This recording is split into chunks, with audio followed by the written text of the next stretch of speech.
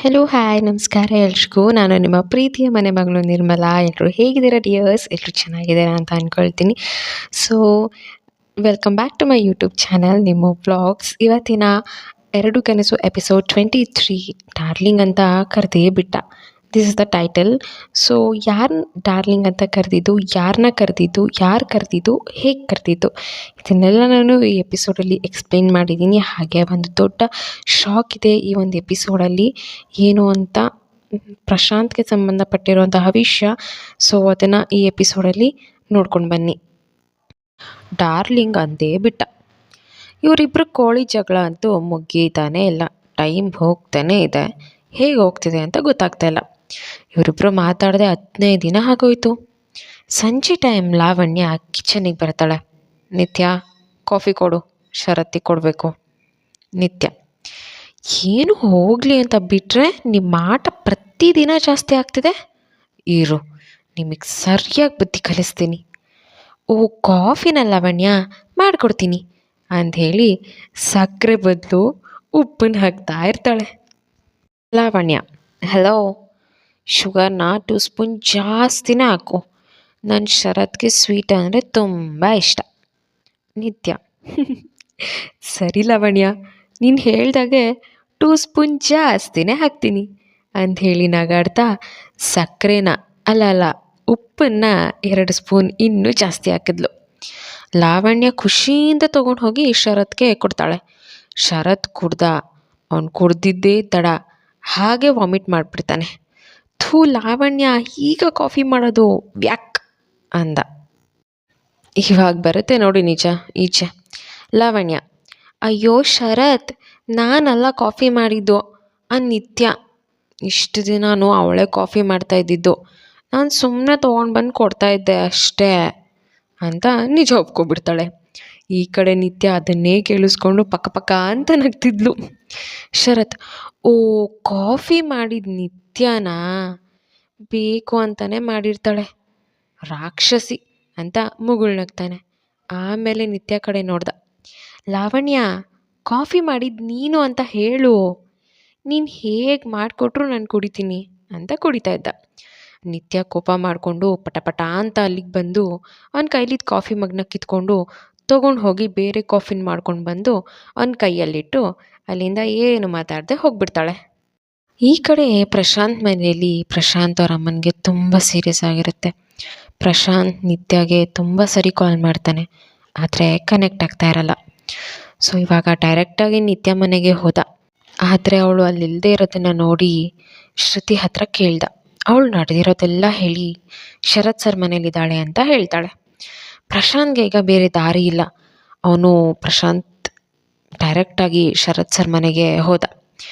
ಶರತ್ ಪ್ರಶಾಂತ್ ನೋಡಿ, ಏಯ್ ಪ್ರಶಾಂತ್, ನೀನೇನಿಲ್ಲಿ ಅಂತ ಕೇಳಿದ್ರು. ಪ್ರಶಾಂತ್ ಸಾರಿ ಸರ್, ನಾನು ತುಂಬ ಅರ್ಜೆಂಟಲ್ಲಿದ್ದೀನಿ. ನಿತ್ಯ ನಿತ್ಯ ಅಂತ ಕೂಗ್ತಾನೆ. ಶರತ್ ಏನಾಯಿತು, ಯಾಕೆ ಹೀಗೆ ಕೂಗ್ತಾ ಇದೆಯಾ ಅಂದ. ನಿತ್ಯ ಏಯ್ ಪ್ರಶಾಂತ್ ಏನಾಯಿತು ಅಂತ ಬರ್ತಾಳೆ.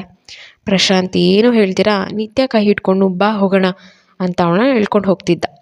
ಶರತ್ ಏಯ್ ಪ್ರಶಾಂತ್ ಏನಾಯಿತು, ಯಾಕೆ ಈಗ ಆಡ್ತಾ ಇದೆಯಾ, ಅವಳನ್ನ ಯಾಕೆ ಹೇಳ್ಕೊಂಡು ಹೋಗ್ತಾ ಇದೆಯಾ, ಹೇಳು ಏನಾಯಿತು ಅಂತ ಕೇಳ್ದ.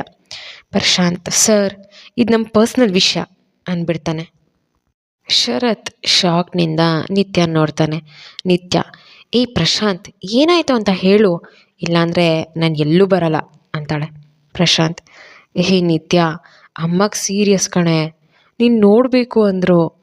ನಿತ್ಯ ಏನು, ಹೌದಾ, ಸರಿ ಬಾ ಹೋಗೋಣ ಅಂತ ಶಾಕಿಂದ ಆ ಮಾತನ್ನ ಕೇಳಿಸ್ಕೊಂಡು ಅಲ್ಲಿಂದ ಹೊರಟ್ಲು. ಶರತ್ ಕೂಡ ಜೊತೆಗೆ ಹೋಗ್ತಾನೆ. 3 ಜನನೂ ಹೊರಟರು. ಮನೆಗೆ ಬಂದರು. ನಿತ್ಯ ಅಮ್ಮ ನೋಡಿ ಅಮ್ಮ, ನಾನು ನಿತ್ಯ ಬಂದಿದ್ದೀನಿ, ನಿಮಗೇನೂ ಆಗಲ್ಲ ಅಮ್ಮ, ನಿಮ್ಮ ಒಳ್ಳೆತನ ನಿಮ್ಮನ್ನು ಕಾಪಾಡುತ್ತೆ, ಗಾಬರಿಯಾಗಬೇಡಿ ಅಂತ ಸಮಾಧಾನ ಮಾಡಿದ್ಲು. ಪ್ರಶಾಂತ್ ಅಮ್ಮ ನಿತ್ಯ ನೀನು ನನ್ನ ಮಗನ ಚೆನ್ನಾಗಿ ನೋಡ್ಕೋತೀಯಲ್ವಾ, ನನ್ನ ಮಗನಿಗೆ ನಿನ್ನ ತಾಯಿ ಆಗ್ತೀಯಲ್ವಾ ಅಂತ ಹೇಳಿದ್ರು. ನಿತ್ಯ ಅಮ್ಮ ನೀವೇನು ತಲೆ ಕೆಡಿಸ್ಕೋಬೇಡಿ, ನಾನು ಅವತ್ತೇ ಹೇಳಿದೆ ಅಲ್ವಾ, ಪ್ರಶಾಂತ್ ಖುಷಿಯಾಗಿರ್ತಾನೆ ಅಂತ ಅವನ ನಾನು ಚೆನ್ನಾಗಿ ನೋಡ್ಕೋತೀನಿ ಅಂತ ಹೇಳ್ತಾಳೆ. ಶರತ್ ನಿತ್ಯನೇ ನೋಡ್ತಾ ಇದ್ದ. ನಿತ್ಯ ಇದೇನು ಮಾತು ಕೊಡ್ತಾ ಇದ್ದಾಳೆ ಅನ್ನೋ ಶಾಕ್ನಲ್ಲಿ ನಿಂತಿದ್ದ. ಪ್ರಶಾಂತ್, ಅಮ್ಮ ಅದೆಲ್ಲ ಇವಾಗ ಯಾಕೆ, ಮೊದಲು ನೀನು ಹುಷಾರಾಗಬೇಕು ಅಂತ ಹೇಳ್ತಾ ಇರ್ತಾನೆ. ಆದರೆ ಅಷ್ಟರಲ್ಲಿ ಕಾಲ ಮಿಂಚು ಹೋಗಿತ್ತು. ಅವರಮ್ಮ ಕೊನೆ ಹೆಸರು ಹೇಳಿದ್ರು. ಪ್ರಶಾಂತ್ ಅಂತೂ ಅಮ್ಮ ಅಂತ ಜೋರಾಗಿ ಕಿರ್ಚಿ ಅಳ್ತಾ ಇರ್ತಾನೆ. ಅಲ್ಲಿಗೆ ಏನಾಯಿತು ಏನು ಅಂತ ಶ್ರುತಿ ಕೂಡ ಓಡೋಡಿ ಬರ್ತಾಳೆ. ಅಮ್ಮನ ನೋಡಿ ಎಲ್ಲರೂ ಕೂಡ ಶೋಕದಲ್ಲಿ ಮುಳುಗ್ತಾರೆ. ಎಲ್ಲ ಕಾರ್ಯನೂ ಅವರೇ ಮುಂದೆ ನಿಂತು ಅಂತ್ಯ ಸಂಸ್ಕಾರನೆಲ್ಲ ಮುಗಿಸಿ ಸಂಜೆ ಮನೆಗೆ ಹೋದರು. ಪ್ರಶಾಂತ್, ಅಮ್ಮ ನನ್ನ ಇಷ್ಟು ಬೇಗ ಅನಾಥ ಮಾಡಿ ಬಿಟ್ಟೋದ್ಯಾ ಅಂತ ಅಳ್ತಾ ಇರ್ತಾನೆ. ನಿತ್ಯ, ಅಳ್ಬೇಡ ಪ್ರಶಾಂತ್, ನಿನ್ನ ಅಮ್ಮ ಎಲ್ಲೂ ಬಿಟ್ಟು ಹೋಗಿಲ್ಲ, ಅವ್ರು ನಿನ್ನ ಜೊತೆನೇ ಇದ್ದಾರೆ. ಅವ್ರ ಮನಸ್ಸು ನಿನ್ನ ಜೊತೆನೇ ಇರುತ್ತೆ, ನಿನ್ನ ಸುತ್ತಮುತ್ತನೇ ಇರುತ್ತೆ, ಸಮಾಧಾನ ಮಾಡ್ಕೋ ಅಂತ ಹೇಳಿ ಅವಳು ಹೆಗಲ ಮೇಲೆ ಮಲಗಿಸ್ಕೊಂಡು ಸಮಾಧಾನ ಮಾಡ್ತಾಳೆ.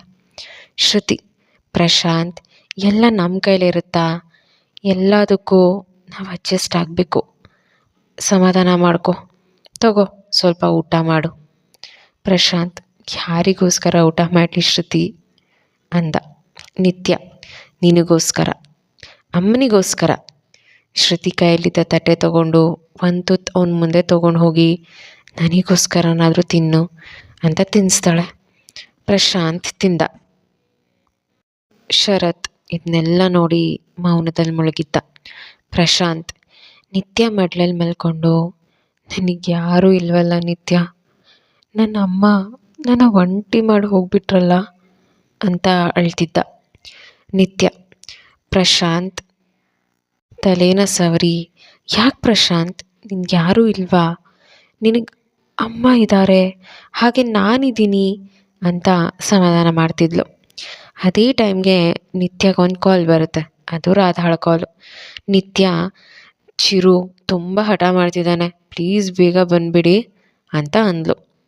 ಪ್ರಶಾಂತ್, ನಿತ್ಯ ನೀನು ಶರತ್ ಸರ್ ಹೊರಡಿ. ನಿತ್ಯ, ಆದರೆ ನಿನ್ನ ಈ ಪರಿಸ್ಥಿತಿ ಬಿಟ್ಟು ಹೇಗೆ ಪ್ರಶಾಂತ್ ಅಂತಿದ್ಲು. ಪ್ರಶಾಂತ್, ನನ್ನ ಬಗ್ಗೆ ಏನೂ ಯೋಚನೆ ಮಾಡಬೇಡಿ, ಚೆನ್ನಾಗಿರ್ತೀನಿ, ಶರತ್ ಸರ್ ನಿತ್ಯನ ಕರ್ಕೊಂಡು ಹೊರಡಿ ಅಂದ. ನಿತ್ಯ ಶರತ್ ಇಬ್ಬರೂ ಕೂಡ ಶರತ್ ಮನೆಗೆ ಬಂದರು. ಆದರೆ ನಮ್ಮ ನಿತ್ಯ ಶರತ್ ಮುನ್ಸ್ ಮಾತ್ರ ಇನ್ನೂ ಹೋಗಿಲ್ಲ. ಅಂತೂ ಇಂತೂ ನಿತ್ಯ ಮಾಕ್ ಇಂಟರ್ವ್ಯೂ ಬಂದೇ ಬಿಡ್ತು. ಇದನ್ನು ಹೇಳೋದಕ್ಕೆ ಶರತ್ ನಿತ್ಯನ ಹುಡ್ಕೊಂಡು ಬರ್ತಾನೆ. ನಿತ್ಯ ಕಿಚನಲ್ಲಿದ್ಲು. ಶರತ್ ಕೆಮ್ತ ಅವ್ರ ಹತ್ರ ಬರ್ತಾನೆ. ಆದರೆ ಅವಳು ಅವನು ಗುರಾಯಿಸಿ ಬಟ್ಟೆನ ಒದರಿದ್ಲು. ಶರತ್, ಒಂದು ಗ್ಲಾಸ್ ನೀರು ಸಿಗಬಹುದಾ? ನಿತ್ಯ ಗ್ಲಾಸ್ ತೊಗೊಂಡು ನೀರು ಕೊಡೋದಕ್ಕೆ ಹೋದ್ಲು. ಶರತ್, ಬೇಡ ಬೇಡ, ನೀರು ಬೇಡ, ಕಾಫಿ ಬೇಕು ಅಂದ.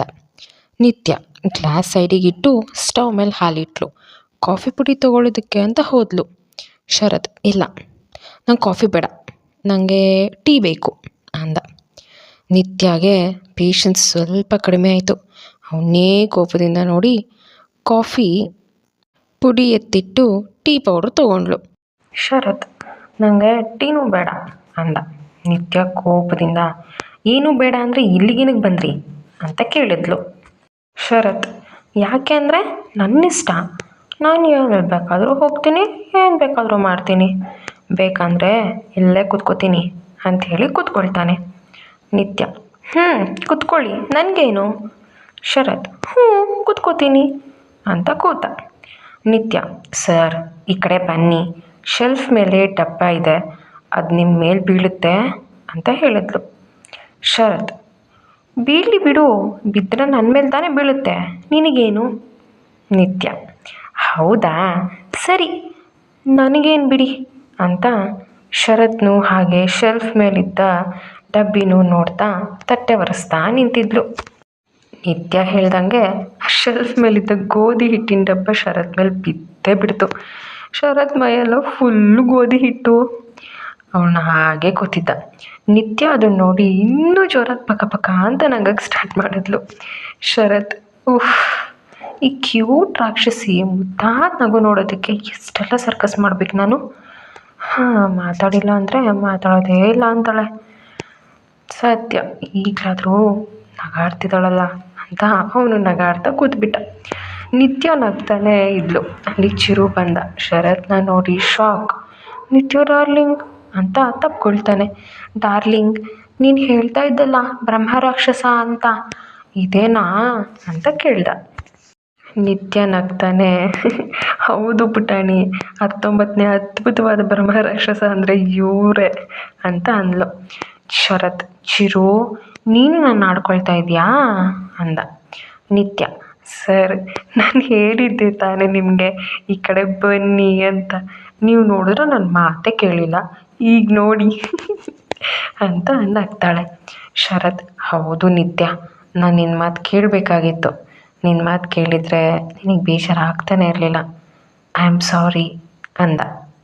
ನಿತ್ಯ ನಗುನ ನಿಲ್ಲಿಸಿ ಸೈಲೆಂಟಾಗಿ ಅಲ್ಲಿಂದ ಹೋಗ್ತಾ ಇದ್ಲು. ಶರತ್, ಅಯ್ಯೋ ಮತ್ತೆ ಕೋಪ ಮಾಡ್ಕೊಂಡ್ಲೇನಪ್ಪ ಚಿರು ಅಂತ ಹೇಳ್ತಿದ್ದ. ಶರತ್, ಮಾಮ, ಜೋರಾಗಿ ನಿಂತ್ಕೋ ಅಂತ ಹೇಳಿ ಆಮೇಲೆ ಬಸ್ಗೆ ಹೊಡೀರಿ. ನಾನೇನಾದರೂ ತಪ್ಪು ಮಾಡಿದ್ರೆ ನಾನು ಹಾಗೆ ಮಾಡೋದು, ಬಸ್ಗೆ ಹೊಡಿತೀನಿ ಅಂದ. ಶರತ್, ಹಾಗಾದರೆ ಬಸ್ಗೆ ಹೊಡೆದ್ಬಿಡೋಣ, ಮಾತಾಡ್ತಾಳೆ ಅಂತ್ಯಾ ಅಂದ. ಪುಟಾಣಿ ಮಾತಾಡಿಸ್ತಾಳೆ ಅಂತ ಹೇಳ್ದ. ಶರತ್, ಹಾಗಾದರೆ ಇಬ್ಬರು ಒಟ್ಟಿಗೆ ಕರೆಯೋಣ. ಪುಟಾಣಿ 1 2 3 ಅಂತ ಕೌಂಟ್ ಮಾಡ್ತಾನೆ. ಸರಿ, ನಿತ್ಯ ಕಡೆ ತಿರುಗಿ ಕೂಗೋದಕ್ಕೆ ಸ್ಟಾರ್ಟ್ ಮಾಡ್ತಾರೆ. ಡಾರ್ಲಿಂಗ್ ಅಂತ ಕರೆದು ಬಿಡ್ತಾನೆ ನಮ್ಮ ಶರತ್. ಹೋಗ್ತಿದ್ದ ನಿತ್ಯ ಶಾಕಾಗಿ ನಿಂತ್ಬಿಟ್ಲು. ಮತ್ತೆ ರಿಟರ್ನ್ ಬಂದ್ಲು. ಏನಂದರೆ ನೀವು ಅಂತ ಶರತ್ನ ಕೇಳಿದ್ಲು. ಶರತ್ ಕಕ್ಕಾಬಿಕ್ಕಿಯಾಗಿ, ಅಲ್ಲ ಅಲ್ಲ ಅದು ನಾನು ನನ್ನ ಪುಟಾಣಿ ಪುಟಾಣಿ ಅಂತ ಏನೇನೋ ಹೇಳೋದಕ್ಕೆ ಸ್ಟಾರ್ಟ್ ಮಾಡಿಬಿಟ್ಟ. ಇಬ್ಬರು ಒಬ್ರನ್ನೊಬ್ರು ನೋಡ್ಕೊಂಡು ಹಾಗೆ ನಿಂತ್ಕೊಂಡ್ರು. ಪುಟಾಣಿ, ನಿತ್ಯ ಡಾರ್ಲಿಂಗ್, ನೀನು ಯಾಕೆ ಮಾವ ಜೊತೆ ಮಾತು ಬಿಟ್ಟಿದ್ಯಾ, ಅವ್ರ ಜೊತೆ ಯಾಕೆ ಟೂ ಬಿಟ್ಟಿದ್ಯಾ ಅಂತ ಕೇಳ್ದ. ನಿತ್ಯ, ಅವರೇ ನನ್ನ ಜೊತೆ ಟೂ ಬಿಟ್ಟಿದ್ದಾರೆ ಪುಟಾಣಿ, ನಾನು ಬಿಟ್ಟಿಲ್ಲ ಅಂತ ಹೇಳಿ ಶರತ್ ಕಡೆ ತಿರುಗಿ, ನೀವು ಪುಟಾಣಿ ಏನೇನೋ ಹೇಳ್ಕೊಡ್ತಾ ಇದ್ದೀರಾ, ನಾನು ನಿಮ್ಮ ಜೊತೆ ಟೂ ಬಿಟ್ಟಿದ್ದೀನಾ ಅಂದ್ಲು. ಶರತ್, ಹಾಗಾದರೆ ನನ್ನ ಜೊತೆ ಮಾತಾಡ್ತೀಯಾ, ನನ್ನ ಜೊತೆ ಮಾತು ಬಿಟ್ಟಿಲ್ವಾ, ನನ್ನ ಮೇಲೆ ಏನೂ ಕೋಪ ಇಲ್ವಾ, ನಾನು ನಿನಗೆ ಹೊಡೆದೆ ಅಂತ ನೀನು ಗರಂ ಆಗಿಲ್ವಾ ಅಂದ.